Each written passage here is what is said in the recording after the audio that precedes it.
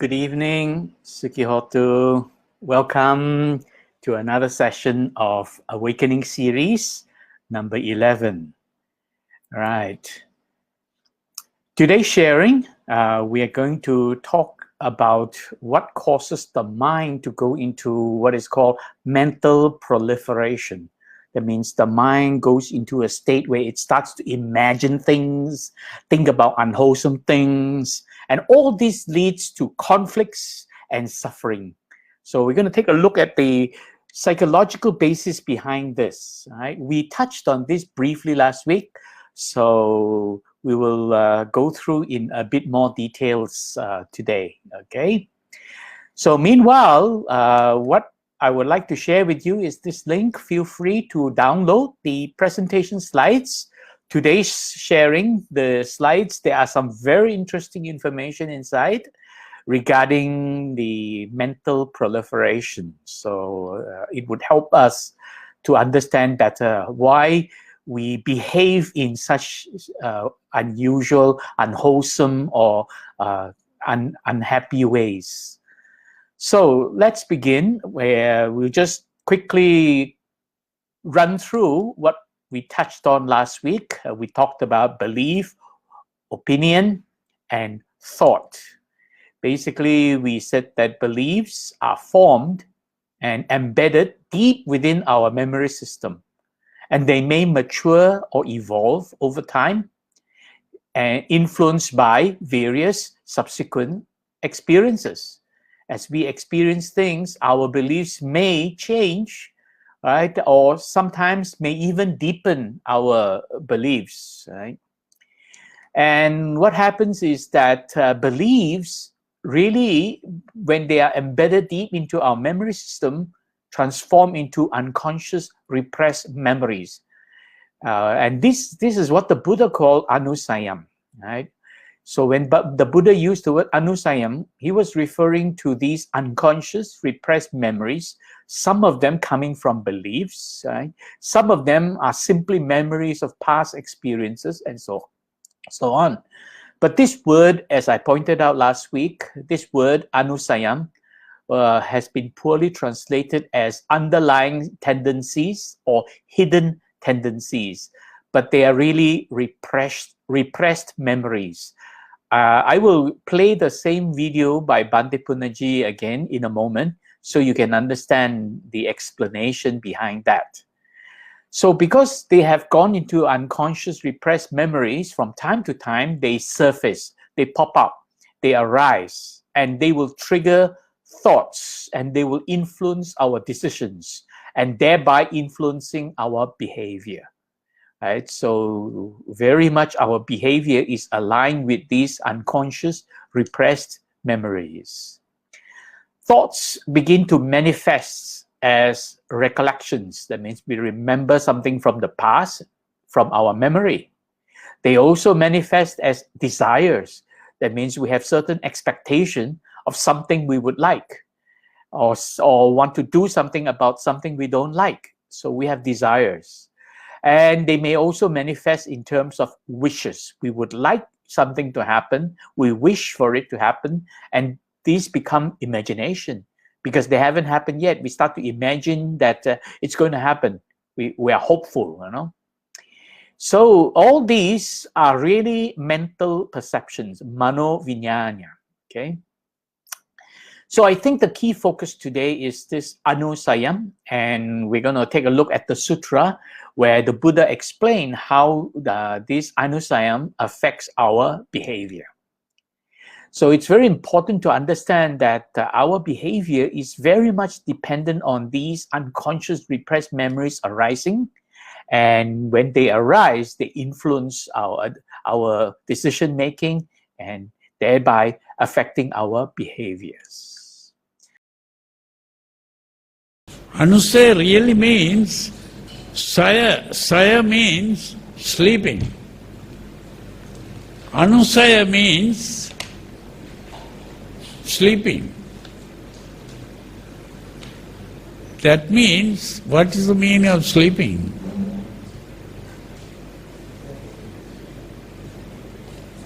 This is what Sigmund Freud called repression. That means people begin to forget things, and once it is forgotten, you don't even know that you are having certain things. You are not aware of it. And that kind of sleeping is what is called repression. And so, what is called psychoanalysis of Sigmund Freud was to bring out these hidden, repressed things, bring it out, and to become aware of it. What is unconscious is made conscious. So to make the unconscious conscious is what the Buddha, what the Sigmund Freud did, and that is what the Buddha did also, ultimately, to make the unconscious conscious. That unconsciousness is what is called avidya. And so, our mind is normally in an unconscious state. Most of the time, although we think we are conscious, most of the time we are acting unconsciously. This is the point. And this is why Sigmund Freud used the analogy of the iceberg. When the iceberg is kept in the water, it's like a piece of ice you put in the water, it begins to float. What is out of the water is only a small piece, the rest is inside the water. So in the same way, our mind, when we say we are conscious, we are only a small piece is conscious. The rest is all happening unconsciously. So Bhante was saying that basically most of these are unconscious. Only a very small piece is conscious. It's like the iceberg. The bulk of the iceberg is under the water. So the bulk of our beliefs and opinions and thoughts are all buried in there, and these are called repressed memory. So one of Sigmund Freud's key development is to develop the psychotherapy to help people bring up these unconscious things to become conscious. When we become conscious of some of these repressed memories, then we realize where we are going wrong, and then we can do something about it. So today I'm going to share with you the details about this mental proliferation to help you examine yourself and see what is it that may be unconscious in your case, okay? So we'll begin by looking at the Sutra, Madhupindika Sutra, commonly called the Honeyball Sutra, in Majjhima Nikaya, Sutra number 18. Sorry. Sorry. I have a lot of phlegm. Okay, all right. So we will look at this sutra. Right? I'll just quickly run through the story behind this sutra. It all began when Buddha one day decided to go back to his hometown, Kapilavatthu, right? And to visit the place where he was born and grew up as Bodhisattva Siddhartha.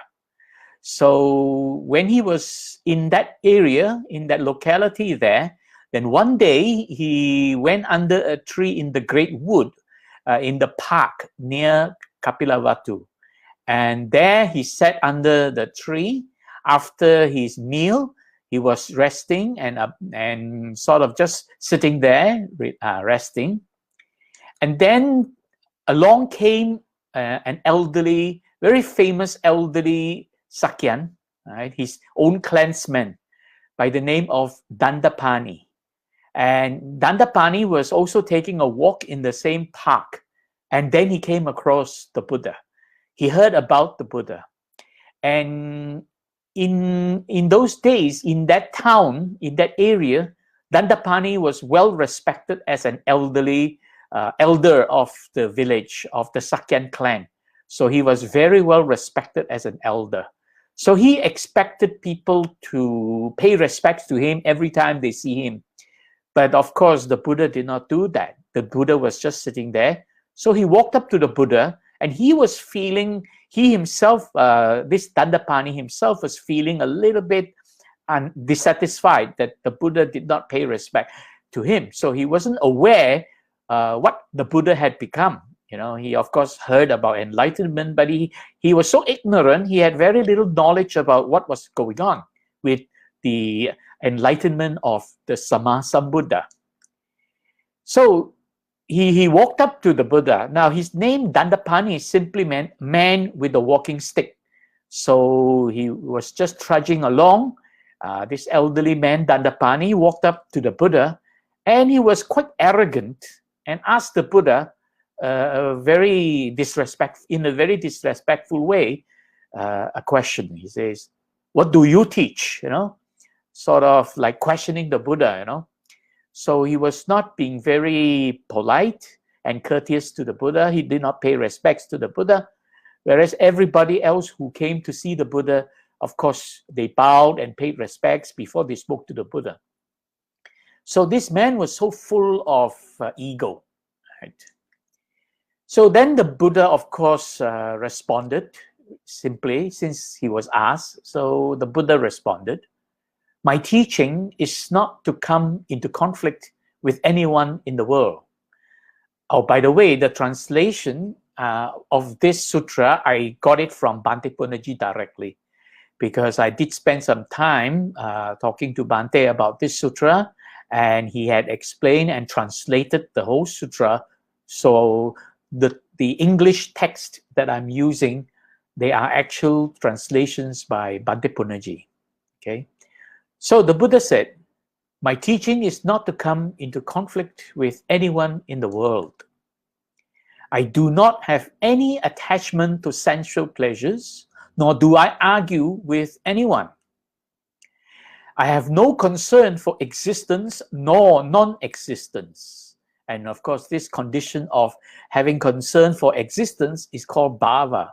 Okay, bhava bhave, right? Having concern about existence as well as non-existence. So the Buddha said, "I have no concern for existence nor non-existence," because an enlightened being had already freed themselves of the notion of existence, awakened from the dream of existence. And the Buddha went on to say, "I have no emotional reaction to sensations, and I am not concerned with what is perceived."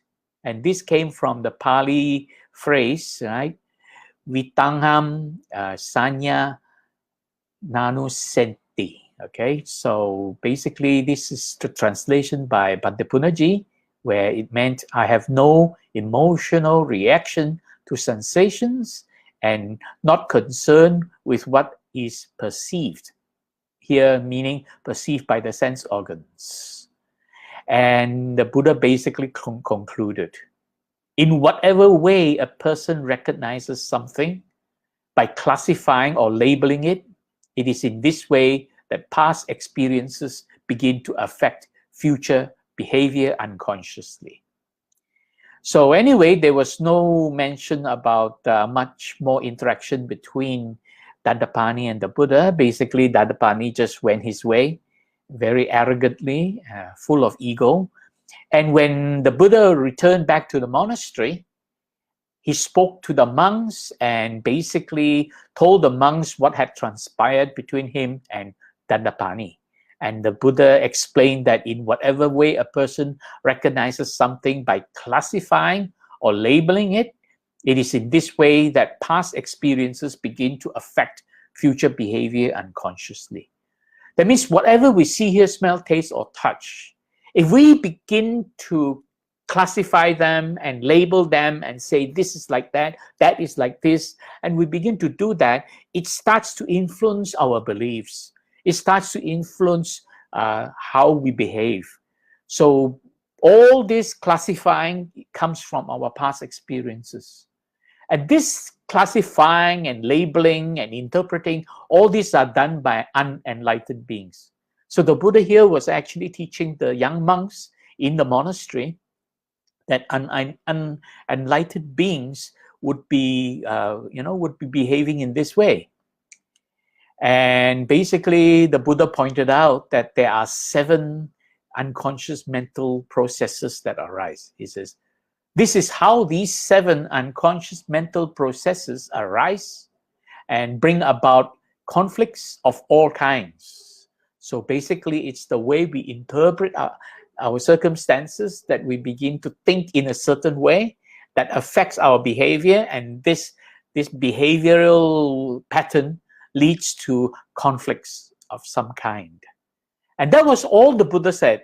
And then he basically got up and left and went back to his own quarters and left the monks behind. So the monks were a little bit perplexed. They didn't quite understand. Buddha didn't give them very much detail, just very briefly mentioned about those 7 unconscious mental processes, right? So the Buddha left to maybe to take a rest somewhere and left the young monks behind. So the young monks, being a little bit puzzled and did not get proper elaboration from the Buddha, they started to approach the senior monk, Maha, who was also already enlightened at that time. So they approached Maha, Venerable Maha, to ask him to expound on what the Buddha meant. Of course, I think Maha might have been present and knew what the Buddha said. So they asked Maha to expound and elaborate the details, what the Buddha was trying to teach, because the Buddha did not leave behind any details. So basically, the Maha pointed out this, and these are what Maha explained. He says, these are unconscious repressions, and they are called anusayam. These are unconscious repressions arising, influencing behavior, leading to disagreements and conflicts.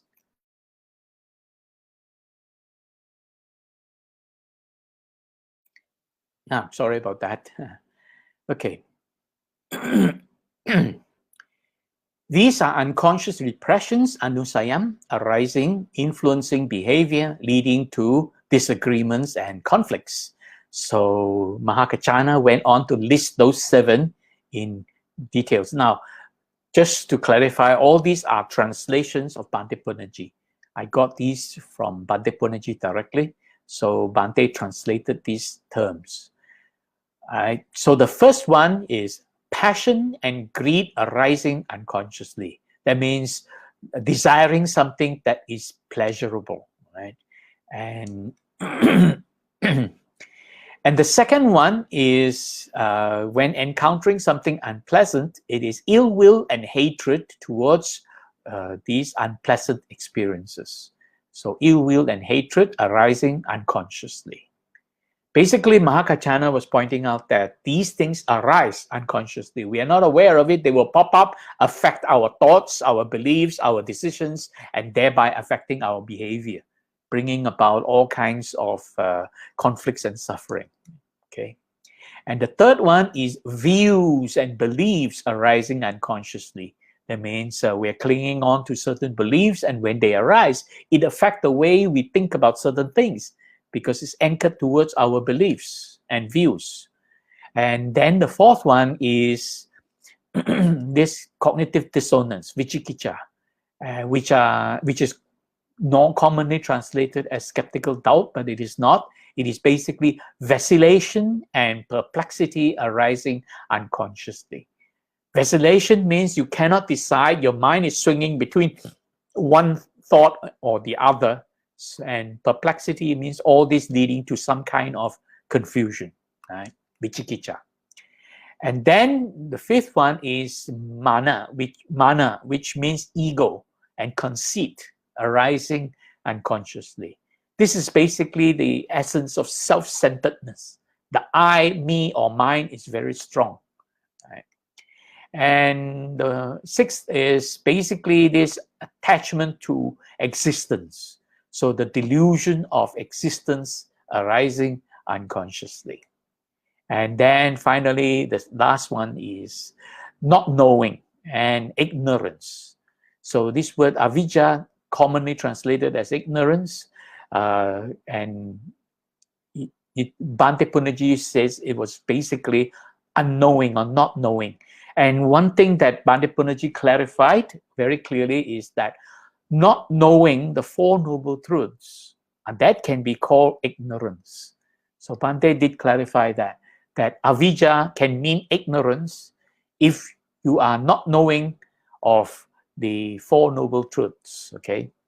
So basically, these are the 7 unconscious repressions that arise and that affect our behavior in one way or another. And this leads to all kinds of disagreements and conflicts and suffering that follows. So basically, Mahakachana went on to explain further. He says, the activity called I and the mental image that arises gives rise to I perception. So the activity called I is basically, I in Pali is chaku, right? And mental image of what was seen with the eye, that is rupa, the mind arising. So you have chaku, the eye, rupa, the mental image of what was seen by the eye, arise, and they give rise to eye perception, and that is chaku vinyanya. Okay, so give rise to eye perception. Basically, eye perception refers to the capacity to be able to see with the eyes. Okay, so it says, so when that happens, right, the presence of these 3 conditions give rise to cognition, phassa. Now, phassa is often translated as contact, but I have explained in the Paticcasamuppada that Bhante Punnaji pointed out it means cognition, and we'll touch on that in a moment. And this leads to the mental concept that there is a world, the objective experience is a world out there. So that's why this chaku, the eye, rupa, the mental image of what was seen by the eye, and chaku vinyanya, the capacity to see, having this eye perception, they lead to the cognition that we now form the notion that there is a world out there, this objective experience, phassa. And then where there is phassa, cognition, then there is feeling, right? All these are clearly stated in the Sutra, the Madhupindika Sutra. And it is fully consistent with what was also mentioned in the Paticcasamuppada. And this is really the process of Paticcasamuppada here.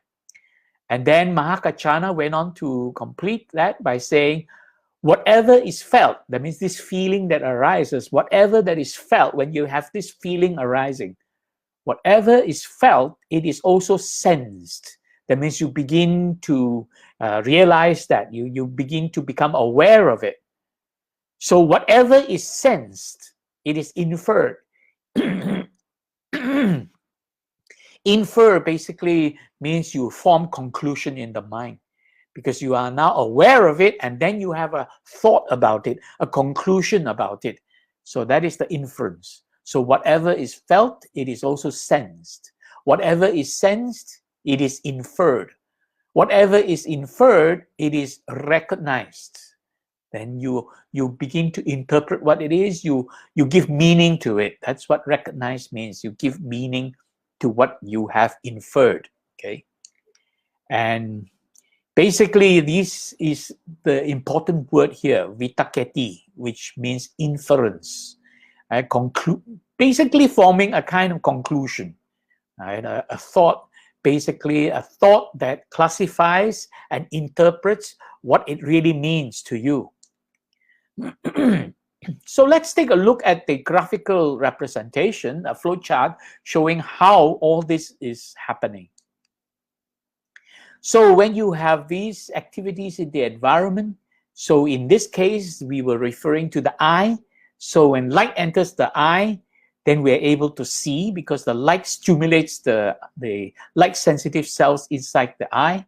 And then we begin to form perception, eye perception, Chakku Vijnana. This is because of the process of Panchakanda. And that leads to the ability to see, hear, smell, taste, and touch. And when that happens, the mind begins to cognize and interpret. This basic interpretation is called papancha. We have covered that before, right? So by referring to categorized memory from the past. And this is really what we explained thoroughly about papancha, sanya, sanka. Right? Sanka means categorization. Right? Papancha is the interpretation of our sensations and falling into categories. I already did this very thoroughly 2 sessions ago. So if you want more details about what is papancha, sanya, sanka, you should go back to Awakening series number 9. There I talked about art, how we see colors and then we interpret. So I won't go any further to explain this. Basically, this papancha process is recognition. We are able to recognize and identify, categorize identification. And because of that, we form concepts, right? Conception of the objective experience. What we have seen out there is the objective experience. And then we begin to form concepts. Concepts are ideas or notions in the mind and fundamental building blocks of thoughts and beliefs. They play an important role in all aspects of cognition. So basically, concepts are building blocks of our thoughts and our decisions, which then lead to our behavior. So it's very important to realize that if we have a certain view or a certain concept, we should not be clinging on to it, because by clinging on to views and concepts, it will influence our behavior, which may lead to all kinds of conflicts and suffering. So we then have a feeling about it. Then we feel there is a feeling that arises from this objective experience, whether it is pleasant or unpleasant, or neither pleasant nor unpleasant, where they use the shortcut called neutral, but it actually means neither pleasant nor unpleasant. So there's this feeling arising, right? So let's take a look at what we have covered so far with the Paticcasamuppada, where we talk about this cognitive process leading up to the state of phassa, cognition, where we become conscious of the objective experience, and that leads to the concept of existence of a world out there. We created this concept that there is a world out there. And basically, this the statement of Maha earlier on said that the activity called eye, Chakku, and the mental image, Rupa, that arises gives rise to eye perception, Chakku Vijnana. So this is really what that was referring to. And then eventually it leads to the formation of the concept of a world out there through the process of phassa, when those 3 things come together. So the presence of these 3 conditions give rise to phassa, forming concept about a world out there. Okay, so this is consistent with that part of the sutra, Madhupindika Sutra, of course, is consistent with Paticcasamuppada that we have been talking about. And because of that, we start to feel something about it. So there's a certain feeling, whether it is pleasant or unpleasant. And this is the start of the affective process. So this is really what that part of the sutra was referring to. So there is the feeling, and then that feeling, we sense it, and then we begin to react to it. Okay. So when there is cognition, phassa, then there is vedana, the feeling. Whatever is felt, it is also sensed. Whatever is sensed, it is also inferred. Whatever is inferred, it is also recognized. And now we begin to form opinions and about what we have just experienced out there. Okay, so by recognizing it, so this pleasant and unpleasant feeling triggers the arising of the affective process, our emotions. And when the emotions arise, it triggers a chain reaction. So one of the things it does is it actually emotional thoughts trigger the chain reaction because of our amygdala, that part of the brain that is responsible for fear reaction. Right? So when that is agitated, it then causes a chain reaction where the body begins to release hormones. So these hormones will flood the body. So these are really the biochemical reaction of the organism. This is something we cannot stop. It happens to everybody. Yeah. So this physical suffering, this physical experience cannot be stopped. It happens all the time.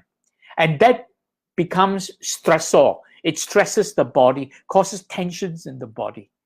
And when it causes tensions in the body, it is a kind of suffering. It's a physical suffering. So the Buddha actually used two words to differentiate the two types of suffering. In this context, the word dukkha refers to physical suffering.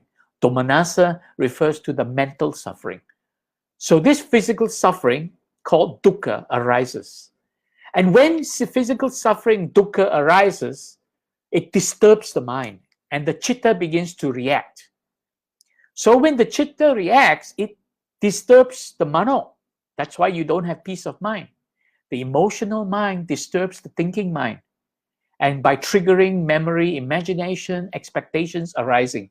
This leads to our behavior of lobha, dosa, and moha. Lobha means lust and greed for pleasant experiences. Dosa means anger, hatred towards unpleasant experiences. And moha means delusion of a self-centered existence. So the chitta triggers this and disturbs the mano, the thinking mind, causing the mano to behave with lobha, dosa, and moha. So this physical suffering is called dukkha. That is stress. The physical suffering is physical stress. Here, stress as a scientific term means the body is flooded with hormones and the organs in the body begins to react. Right? This is a reaction, a stress reaction called fight or flight reaction. Okay, and when the chitta disturbs the mano, that disturbance is a mental suffering called distress. So the English word for that is distress, and the Pali word is domanassa. So when you see the term dukkha and domanassa used side by side, they don't mean the same thing. Dukkha refers to the physical suffering caused by stress, hormonal reactions in the body, the biochemical chain reaction. And domanassa refers to the mental disturbances caused by chitta disturbing the mano because of these physical pain and dukkha is arising.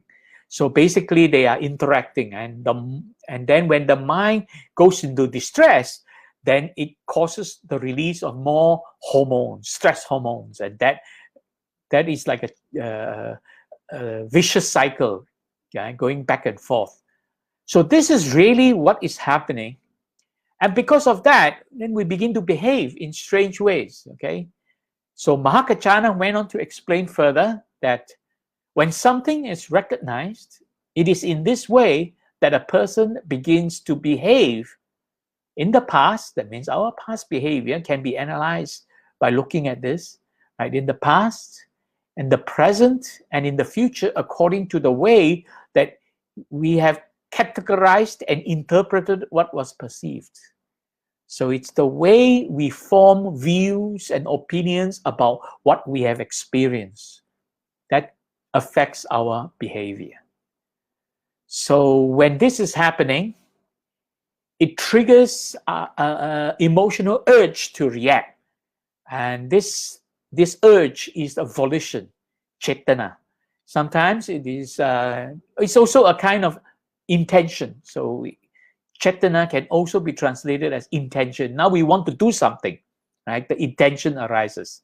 And often this intention leads to the behavior of lust or greed, which is lobha, aversion and hatred, which is dosa, and basically ignorance and delusion of self-centered existence, and that is moha.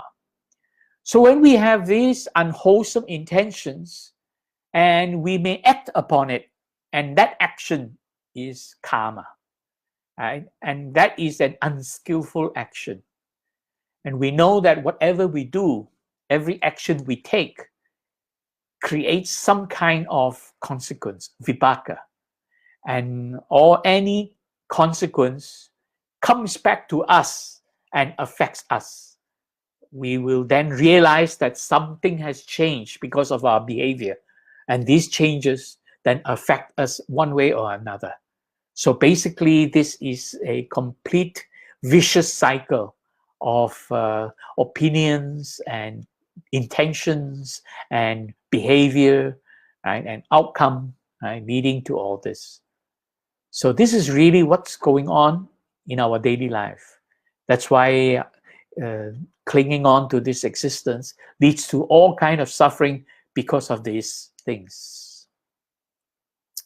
And suffering is then, this dukkha is then manifested as grief, which is sukha, lamentation, parideva, stress, dukkha, distress, domanassa, and exhaustion, upayasa. That means you are either mentally exhausted or physically exhausted. Physical exhaustion, for instance, is you get a heart attack. So that means this exhaustion happens physically, meaning that your whole body is so tensed up that it leads to cardiac arrest. You get a heart attack, so you may die from it. That's why it's called exhaustion. Or expiration, it's also called expiration, upayasa. So the physical manifestation of expiration is usually in the form of sickness, illness. We get sick, or we get heart attack, or worse still, we have PTSD. We don't die, but we keep suffering over and over again because of post-traumatic stress disorder. That is upayasa. When you experience PTSD, post-traumatic stress disorder, that is upayasa. So these are the different manifestations of dukkha. Okay. So let's quickly examine these 7 unconscious repressions arising, and because they lead to conflicts and suffering. The first one, raganusayanam. Okay.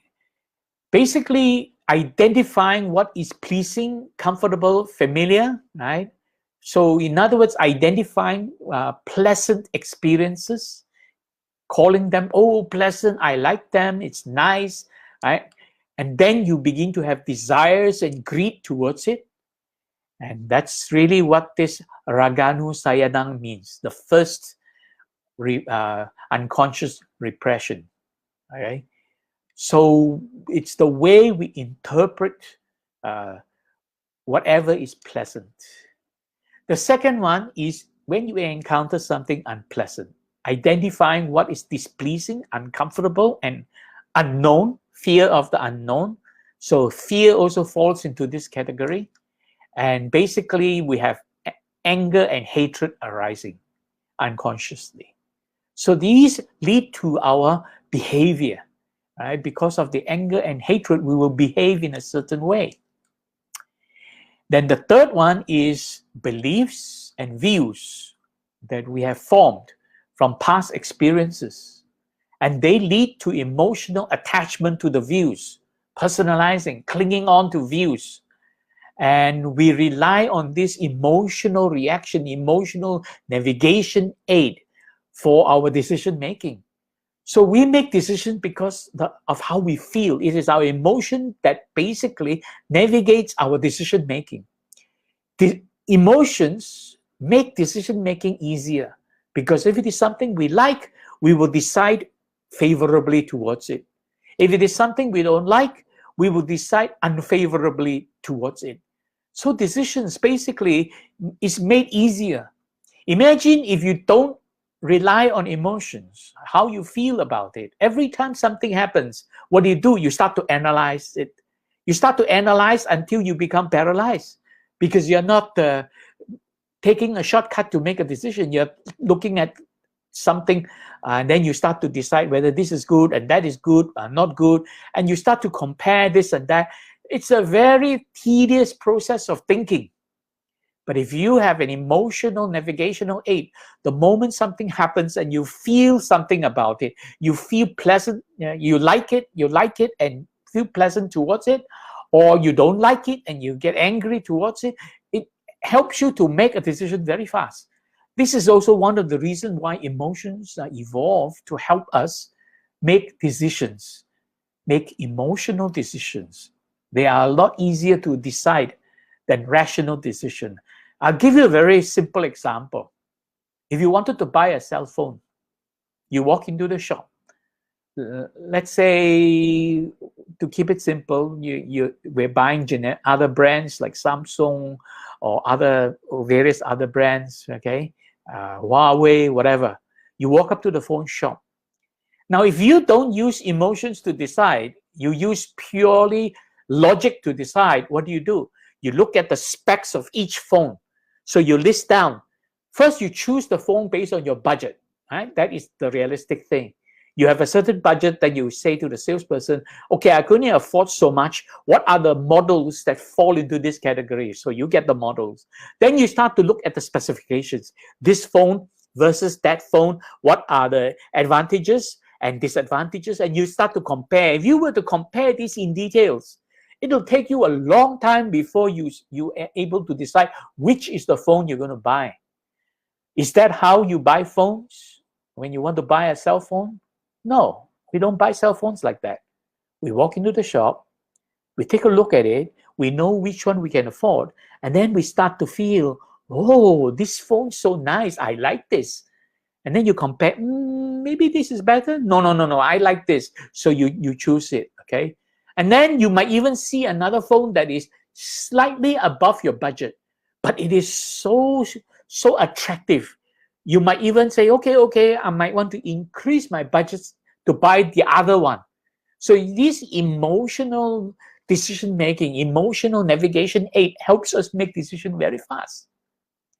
Right? So that is really how it works. So you have to be careful that when we talk about other important things in life, don't cling on to views, right? So it is these views, beliefs, and that lead to our emotional navigational aids. So we start to make decisions according to our emotions. We will examine later on through looking at mental proliferation, what are the different ways we make emotional decisions, okay? Then the next one is vicikicca, okay? Vicikicchanu sayanam, okay? Basically, it's desires, hatreds, beliefs in conflict with reality. It means what we feel may be in conflict with reality. Let's say, like, go back to buying the cell phone. Your reality is you can only afford a certain price, a certain budget to buy a particular phone that fits into your budget. But you see this other model that is so attractive, right? So desirous, so many features that you really like it, but it is way beyond your budget. The reality is you cannot afford it. But because you have such desire towards it, you may even extend your budget just to buy it. But what you have just done is, by breaking your budget, you are now spending beyond your means, right? So this is an example there. Desires, hatreds, beliefs in conflict with reality. Perplexity, indecisiveness, right? Conclusion, and all this leads to conclusion and the mind confusion and the mind in turmoil. You begin to get a little bit confused because of the perplexity, vacillation between two different views. So your emotional tendencies come into conflict with reasoning. So chitta and mano are fighting. They are fighting in opposite direction. So, sorry.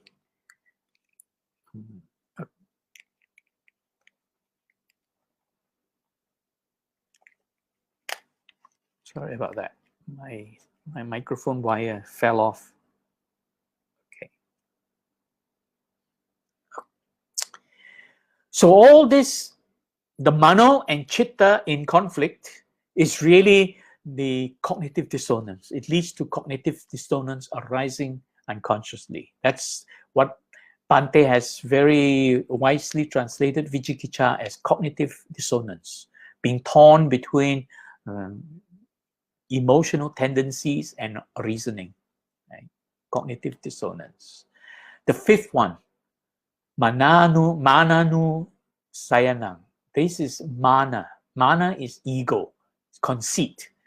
So when you begin to personalize subjective experience, you begin to cling on to say, this is mine, my experience. I like it, I don't like it, I hate it. The I, me, or mine is very strong.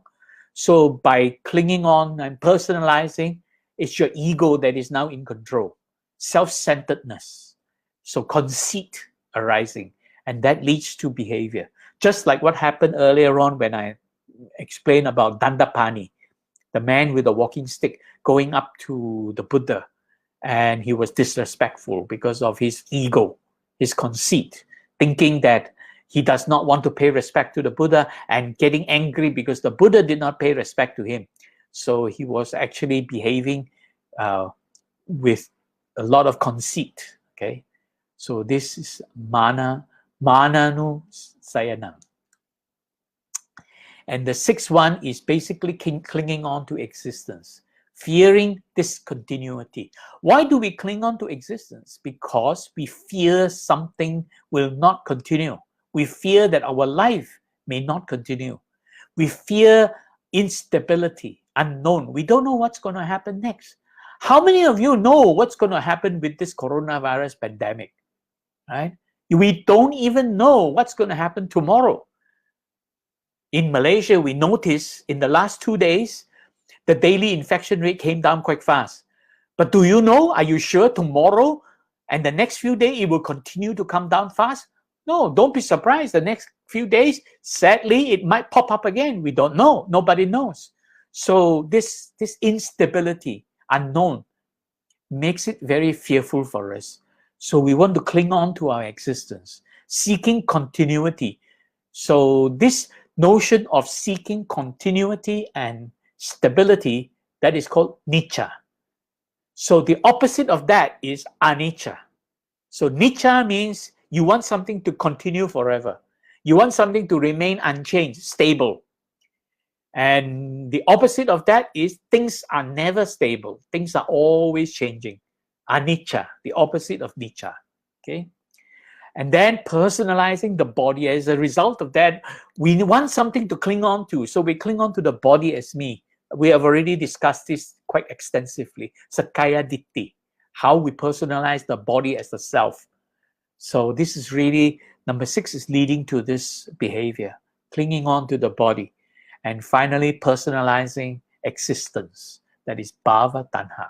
Okay. And number 7, avijja. Avijjanu sayanam. Basically, our desires, hatreds, beliefs are interfering with the realization of the realities.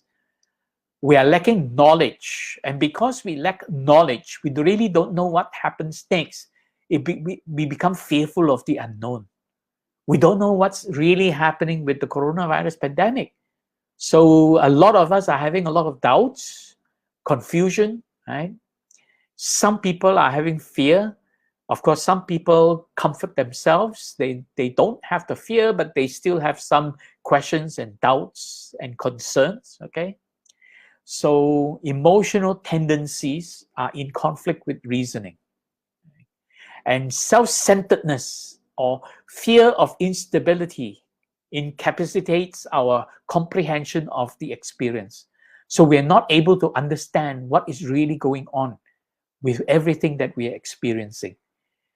It's because of this self-centeredness and fear of the instability.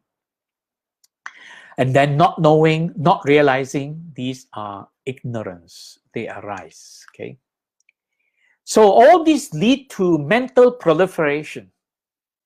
And now I'm bringing in to you some findings from cognitive psychology. This is called, the psychological term is called cognitive distortions. The mind is now a little bit confused and distorted, unable to decide, starts to think in very strange ways. So there are 21 what we call thinking traps. And the word normally used to describe this, the lay person's word used to describe these, is mental proliferation. The mind goes into strange patterns of thinking, leading to certain decisions that may not be helpful to our peace and happiness. This is based on cognitive psychology, the research done by these cognitive psychologists, Aaron Beck and Albert Ellis, and a whole bunch of other cognitive psychologists. So I have put together a list of them, 21 of them, right, so that we can now look at each one. First, we have mind reading and jumping to conclusion. Basically imagining what others are thinking about you and your circumstances without clarifying them. Now, I spoke about this the last time, about this our concern for what others are thinking of it. This is called theory of mind, right? This is all part of that problem we are experiencing with our mind being disturbed. Okay, so we begin to try to imagine what other people are thinking about us, right? Jumping to conclusions, mind reading, imagining, and then we begin to want to be fortune teller. We begin to imagine and hoping for something to change, predicting the future adversely. Sometimes we predict things in a good way. Sometimes we predict things in a bad way. Whatever it is, our mind has run away and begin to imagine things. This is largely centered around imagination. Okay, labeling and generalization, and this is really mentioned in the Sutra, that we begin to form conclusions, we begin to have views and opinions. So making sweeping assumptions or statements or overgeneralization of trivial conditions. When something happens, we begin to generalize it, right? And discounting positives. And this is for people with a negative mind. So when something happens, we begin to brush aside the positive things. We only want to look at things that we want to believe in. What we don't believe in, we push aside. So discounting positives. The other extreme is negative filtering. Then we look at only those things that are negative, right? Focusing and amplifying only on negative aspects, and excluding all positive opportunities. So this number 5 and number 4 are sort of the mirror image of each other. Number 4 is minimizing or ignoring all positive aspects and making us feel hopeless. Number 5 is now we focus only on the negatives and ignoring or discounting the positives. And then black or white thinking, dichotomous thinking, that means extreme views, right? Either you are my friend or you are my enemy. There is nothing in between. That's what is meant by black or white thinking, dichotomous thinking. Two different extremes. Either you are A, either you are here or you're there. You're never in between. There's no middle ground. So extremist view of all or nothing. No gray areas or compromise. Then perfectionists, what should be, should do, all the should, right? So expecting things to be ideal or perfect. And then righteousness, then we become judgmental, prioritizing truths and ethics and moral standards over human considerations. One of the classic examples of this is that if you come across a couple of homeless children, they are starving, they are hungry. Maybe the big brother amongst the homeless children, maybe there are 2 or 3 of them, the eldest brother sneaks into the supermarket and steals some bread, and then so that he can feed his young brothers who are starving. And then you catch them, maybe your shop, you catch them. Then you implement this righteousness and say, stealing is wrong, I'm going to put you in jail, I'm going to report you to the police. You have no human consideration there, right? So this is that mentality of righteousness. And then magnification and catastrophizing, that means blowing up the whole picture. Overemphasis on specific details, blown out of proportion. Worrying too much. This leads to all kinds of worry. Then the other extreme is minimization. Overlooking and shrinking and discounting everything down to nothing, it's nothing, but actually it is something. So shrinking important issues. When it's important, don't discount it, okay? And in fact, in recent months, we know there are people who believe that they don't want to get vaccinated. Then they start to say, never mind, I won't get infected. Don't worry about that. But then people end up getting infected one way or another, okay? So this is really minimization. Unfair comparison. Then we begin to compare apples with oranges, right? And we begin to compare in very unfair ways. Negatively comparing with others' success.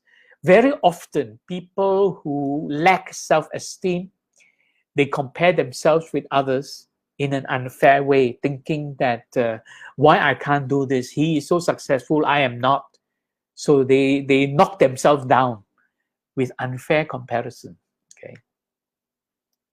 Then those with this what if, always when something happens, they start to think of what if, then they start to imagine maybe it could, what if it was this, what if it was that.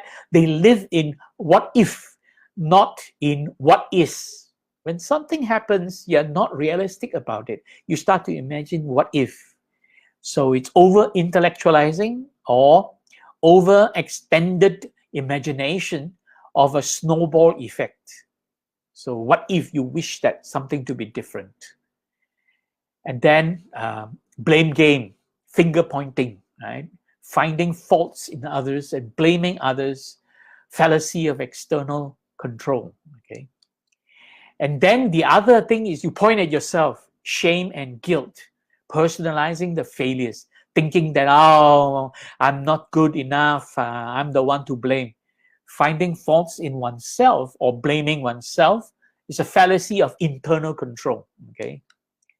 And then we have emotional reasoning. Everything we attach emotional thoughts behind it, letting feelings alone, just feelings alone, guide our viewpoints and our conclusions without examining facts, just only looking at how we feel about it. Emotionalizing, okay? Then you have fallacy of fairness, believing things have to be fair, thinking that, it must be fair, it must be equal, justifying one's own actions and responses based on that. And then fallacy of heaven's reward, some people who believe in fate, it is fated, God's will, that kind of thing, expecting divine reward for one's sacrifice. So when you do something good, you're expecting, the heaven will take care of me. Even a lot of Buddhists are guilty of it, thinking that when they do something good, the good karma will lead to wonderful outcome. But it doesn't always happen that way. A lot of people who do good somehow may experience a lot of suffering too, right? For some other reason. Right? So expecting divine reward of one's sacrifices, selflessness, and endurance of suffering. If I withstand it, I'm okay, Fallacy of change, expecting other people or circumstances to change to suit our needs, right? Thinking that other people should adapt to us not we adapt to the circumstances. The circumstances should adapt to us. So self-centeredness, personalization. So this I, me, or mine is so important. Everything is directed at me. When something happens, you think, oh, you're trying to hurt me. Just because somebody, let's say somebody, and this happens quite frequently, a friend I don't see for a long time, they run to me. Of course, over the years, I put on a bit of weight, and then they suddenly say to me, say, wow, Billy, you're getting so fat. Now, if I were to adopt this self-centeredness and personalization, I would start to think, you're trying to hurt my feelings, why you call me fat? That kind of thing. But that person is just stating a fact that I am now bigger than when he last saw me. Right? And yet I react in such a way as though he's trying to hurt my feelings. So, because everything is centered around me, I, me, or mine. Believing is seeing. The reality is that seeing is believing, right? Believing is seeing here means if you hold a certain beliefs, you will then use that belief to anchor whatever you perceive. So when you experience something, you will start to apply your belief to filter out things that do not conform with your belief. So rejecting evidence that contradicts one's belief, superstitions, and expectations. Now, I'm not criticizing theistic religions, but I'm pointing out that there are some people who say, oh, God made this happen for me. Now, if you were to present evidence that this good thing that happened to that person is not because of what God did or whatever, but because someone else was being kind to him, so he benefited from that experience, but he thinks that, oh, I'm benefiting because it's God's will. So they're strongly attached to this theistic view. But all it is happening is somebody else did a good turn to help this person. But they refuse to think of it as the kindness of another person. They think of this as what God is rewarding me, God is doing for me. So they reject evidences that points out that it is someone else being kind to you. And they start to think that, oh, it is God's will, So with that belief, that theistic belief, they very strongly hold on to it, right? And it doesn't just happen in theistic religions, it also happens in Buddhism. There are a lot of Buddhists who also hold this because they believe that, they did something good, and then something good happens to them. They say, this good thing happening to me is because I did good deeds that time. They start to say, I did good deeds, and then this good thing is happening to me. Then this is really another form of believing is seeing, right? You reject evidence that is contradicting to what is happening, right? So finally, past orientation, living in the past, letting past experiences dictate all decisions, expecting the past to determine the future. Because it happened like that last time, so next time it will be the same. So we keep living with last time like that, next time also like that, that kind of thinking that we are living in the past orientation, okay? So these are the 11. If you want just this list alone, you can download. But of course, if you download the document for the whole presentation slide, you will get this list. But if you want just this list alone, then you can download from there, cognitive distortions, right? tiny.cc/cognitive distortions. I will give you the link at the end of this presentation. Don't worry about that. So there you have it. I hope that has given you a good idea about why is it that we think in a certain way and we behave in a certain way, okay? All because of these 7 unconscious repressions that influence the way we think, conception, and self-centered personalization, which eventually can lead to conflicts and suffering, right? So I hope this has been helpful, that I strongly advise, after watching this sharing, you take these presentation slides, look through those 7 unconscious repressions, look at the 21 mental proliferations, and reflect on it. Think about it. Think about your life, your decisions, things happening to you, and see which aspect of your thinking fell into these 7 unconscious repressions or the 21 mental proliferations. With that, I end my presentation. Thank you very much for your time and attention. Please feel free to download the whole presentation slides, tiny.cc/awakening11. You may also download the Sutra. The translation is by Bhikkhu Bodhi. I don't have the written part of Bhante Punnaji's translation. Bhante Punnaji did not translate the whole sutra. He basically explained to me verse by verse from Pali to English, and I wrote it down, and that is what I'm presenting. But you can see Bhikkhu Bodhi's translation in Majjhima Nikaya 18, tiny.cc/mn18. And finally, the cognitive distortions, the mental proliferations, 21 of them. So I hope this has been helpful. Let me see if there are any questions that might be interesting. I don't see any questions. So I guess nobody seems to have any questions. Either you are all fully understand everything I have been speaking, or you are totally confused. Either one. So anyway, thank you for spending time. So let's share the merits. We have spent the last 1 hour plus sharing the Dharma, and we have hopefully benefited from this time together. And we have also, of course, gained some merits and good merits from this time together. There are so many people suffering around the world, suffering from coronavirus pandemic and other things. So let us put our palms together and recite together to share our merits. We dedicate the merits we have acquired from sharing the Buddha Dharma to all beings affected by the coronavirus pandemic around the world.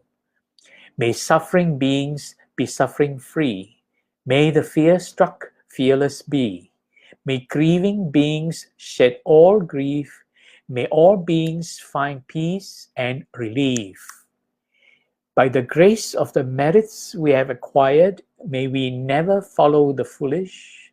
May we follow only the wise, until we attain the highest and most supreme bliss of Nibbana. Idang me nyatinang hotu sukita hontu nyatayo. Idang me nyatinang hotu sukita hontu nyatayo. Idang me nyatinang hotu sukita hontu nyatayo. Sadhu, sadhu, sadhu. Thank you very much. Please stay safe, and may you and your family be well, comfortable, peaceful, and happy. Have a good evening and take care. Bye.